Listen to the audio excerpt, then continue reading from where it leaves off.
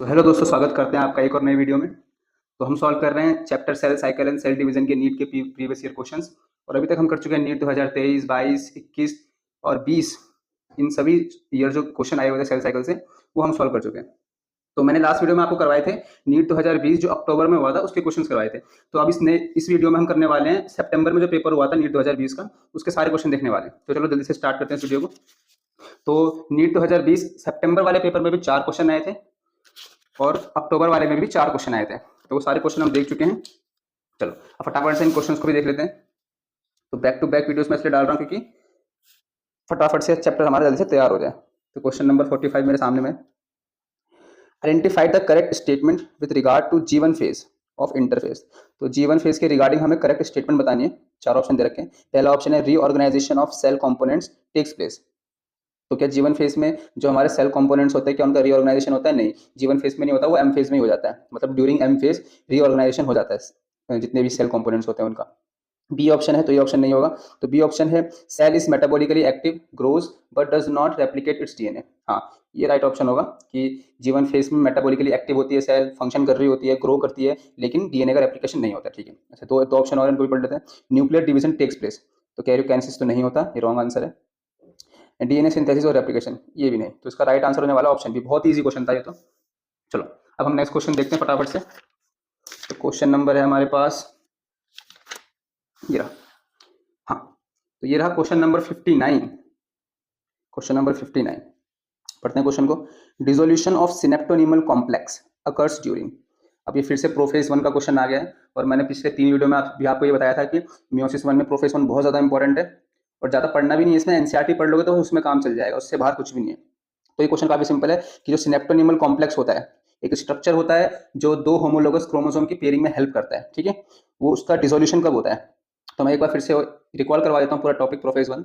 तो प्रोफेज 1 में 5 सब फेज होते हैं जो होते हैं लेप्टोटीन, जाइगोटीन, पकाइटिन, डिप्लोटीन और डाइकाइनेसिस। लेप्टोटीन में तो कंडेंसेशन ऑफ डीएनए होता है, यानी कि क्रोमोसोम का फॉर्मेशन होता है, कॉम्पैक्शन ऑफ डीएनए होता है। उसका जो अगला स्टेज है हमारे पास जाइगोटीन। जाइगोटीन में क्या होता है? पेयरिंग होती है, 2 होमोलोगस जो क्रोमोसोम्स होते हैं उनके बीच में पेयरिंग स्टार्ट हो जाती है जिसको हम सिनेप्सिस कहते हैं। ठीक है, उसके बाद जो अगला स्टेज होता है पकाइटिन। पकाइटिन में 2 होमोलोगस जो क्रोमोसोम है जिन्होंने आपस में पेयरिंग कर ली है उनके बीच में डीएनए एक्सचेंज होना स्टार्ट हो जाता है, यानी कि रिकॉम्बिनेशन ऑफ डीएनए स्टार्ट हो जाता है। ठीक है, और जहां जहां रिकॉम्बिनेशन होता है वहां पे रिकॉम्बिनेशन नोड्यूल्स देखने को मिलते हैं। ठीक है, तो ये होता है पकाइटिन में। अब पकाइटिन से जो अच्छा पकाइटिन स्टेज में जब जब 2 क्रोमोसोम पेयर करते हैं आपस में तो उनके बीच में एक स्ट्रक्चर होता है जो पेयरिंग करने में हेल्प करता है जिसको हम कहते हैं सिनेप्टोनीमल कॉम्प्लेक्स। ठीक है, तो पकाइटिन स्टेज में पेयरिंग होके रिकॉम्बिनेशन हो रहा है। जो उसका अगला स्टेज है हमारे पास जिसको हम बोलते हैं डिप्लोटीन। डिप्लोटीन में जो हमारा रिकॉम्बिनेशन है वो कंप्लीट हो जाता है और उसके बाद जो है अब दोनों जो क्रोमोसोम्स है वो एक दूसरे से अलग हो जाएंगे, अलग होना स्टार्ट हो जाएंगे। ठीक है, तो अलग होंगे तो डिसोल्यूशन ऑफ सिनेप्टोनीमल कॉम्प्लेक्स जो स्ट्रक्चर है जिसने 2 क्रोमोसोम को आपस में जोड़ के रखा हुआ गोंद के तरीके से, मतलब आप इसको ग्लू समझ लो। ये ग्लू है जिसने 2 क्रोमोसोम को आपस में जोड़ा हुआ है। ठीक है, तो इसका डिसोल्यूशन स्टार्ट हो जाता है डिप्लोटीन में, अगले स्टेज में डिप्लोटीन में जी। इसके बाकी आगे के 2 स्टेज होते हैं डाइकाइनेसिस। डिप्लोटीन के बाद होता है डाइकाइनेसिस। ठीक है, तो लास्ट होता है डाइकाइनेसिस। चलो तो 59 क्वेश्चन हमने देख लिया है, तो इजी क्वेश्चन था ये भी। अब देख लेते हैं हम अपना अगला क्वेश्चन जो कि है क्वेश्चन नंबर ये रहा क्वेश्चन नंबर 85। तो 2 क्वेश्चन हमने देख लिए हैं। अब बारी आती है तीसरे क्वेश्चन की, क्वेश्चन नंबर 85। तो ये भी मैच द कॉलम वाला क्वेश्चन आ गया।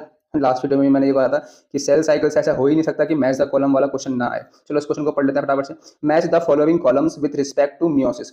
तो मियोसिस का हमें मियोसिस के रिस्पेक्ट में हमें मैच करना है। अभी क्वेश्चन देखो यार, पूरा प्रोफेस 1 उठा के डाल दिया इन्होंने। तो चलो ये क्वेश्चन काफी अच्छा है। इसी क्वेश्चन से मैं फिर से आपको पूरा प्रोफेस 1 एकदम से रिवाइज करवा दूंगा। ठीक है, तो यहाँ पे दे रखा है जाइगोटीन। तो अभी मैंने आपको बताया जाइगोटीन में क्या होता है। जाइगोटीन में होती है pairing of homologous chromosomes, 2 homologous chromosome के बीच में पेयरिंग होती है जिसको हम क्या बोलते हैं? साइनेप्सिस कहते हैं। ठीक है, तो ए का आंसर होने वाला है 4। तो ए का मार्क कर लेते हैं 4। अब देखो ये यहीं से सॉल्व हो गया, खत्म हो गया क्वेश्चन, मतलब और कुछ नहीं है इस क्वेश्चन में।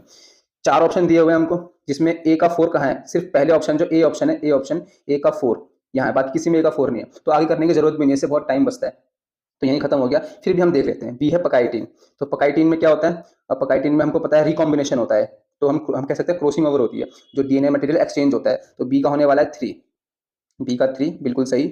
और सी देखो डिप्लोटीन। डिप्लोटीन में क्या होता है? तो डिप्लोटीन में हमको पता है कि कैजमाटा, कैजमाटा का फॉर्मेशन होता है। अच्छा मैं कैजमाटा क्या होता है ये बता देता हूँ आपको। देखो, जब सिनेप्टोनीमल कॉम्प्लेक्स जो है डिसॉल्व होना स्टार्ट हो जाता है, तो क्रोमोसोम एक दूसरे से अलग होते हैं। तो ऐसे में क्या होता है, जो पॉइंट ऑफ कॉन्टैक्ट होता है क्रोमोसोम का, जहाँ पे डीएनए मटेरियल एक्सचेंज हुआ था, वो जुड़ा हुआ रह जाता है आपस में।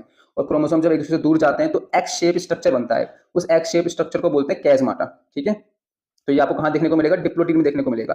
फिर लास्ट जो स्टेज होता है डाइकाइनेसिस, उसमें जो है दोनों क्रोमोसोम एक दूसरे से काफी काफी दूर जाना चाह रहे हैं, मतलब दूर हो रहे हैं, जिसको हम कहते हैं टर्मिनलाइजेशन ऑफ कैजमाटा। तो लास्ट वाले स्टेज में होता है टर्मिनलाइजेशन, तो डी का 1, तो इसका ऑप्शन ए एकदम सही आंसर है।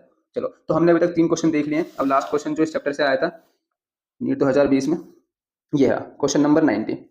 तो क्वेश्चन है, some dividing cells exist the cell cycle and enter vegetative inactive stage. ठीक है, this is called quiescent stage. ठीक है, this process occurs at the end of. तो काफी इजी क्वेश्चन पूछा हुआ है। क्वेश्चन पूछा है कि कुछ सेल्स जो होती हैं वो जी नोट स्टेज में चले जाती हैं। ठीक है, जो कि इनएक्टिव स्टेज होता है। जी नोट से पहले क्या होता है, मतलब जी नोट जो स्टेज होता है वो कौन से स्टेज के बाद आता है, मतलब किस स्टेज के खत्म होने के बाद जी नोट आता है, जी नोट आता है। तो काफी सिंपल है, मैं आपको समझा देता हूँ।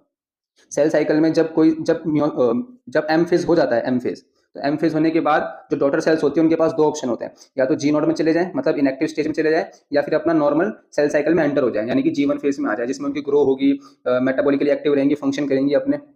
ठीक है, तो जी नोट से पहले क्या हुआ था, जी नोट से पहले हुआ था एम फेज। तो इसका जो राइट आंसर है वो है ऑप्शन डी, एम फेज। जी नोट से पहले एम फेज होता है। ठीक है, तो इसमें हमने 4 क्वेश्चन देख लिए हैं, काफी अच्छे क्वेश्चन आए थे। इस वाले पेपर में मियोसिस से क्वेश्चन ज्यादा आए हुए थे, बाकी मतलब सारे क्वेश्चन आसान थे। और 4 क्वेश्चन इस साल में भी आए थे, यानी कि अक्टूबर वाले में भी आए थे और सितंबर वाले में भी आए थे। तो अब नेक्स्ट वीडियो में करने वाले हैं नीट 2019 से क्वेश्चंस। तो अगर इन वीडियो से आपकी थोड़ी सी भी हेल्प होती है तो यार प्लीज़ वीडियो को लाइक भी किया करो, और कमेंट करना कि आपको और कौन सा जो नेक्स्ट चैप्टर है, किस चैप्टर पे आपको चाहिए वीडियो। ओके, तो इस वीडियो को यहीं एंड करते हैं फटाफट से, और हम नेक्स्ट वीडियो इसके बाद अपलोड करेंगे, जिसमें हम करने वाले हैं नीट 2019 के सेल साइकिल के क्वेश्चन। तो थैंक्स फॉर वॉचिंग।